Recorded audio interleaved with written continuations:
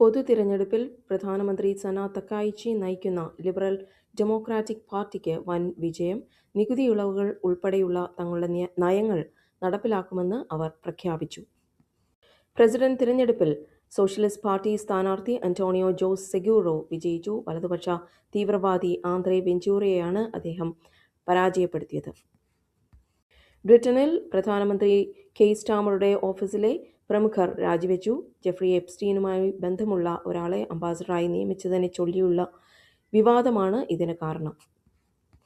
ഹോങ്കോങ്ങിൽ ജനാധിപത്യ അനുകൂലിയും മാധ്യമ വ്യവസായിയുമായ ജിമ്മി ലായ്ക്ക് 20 വർഷം തടവ് ശിക്ഷ വിധിച്ചു.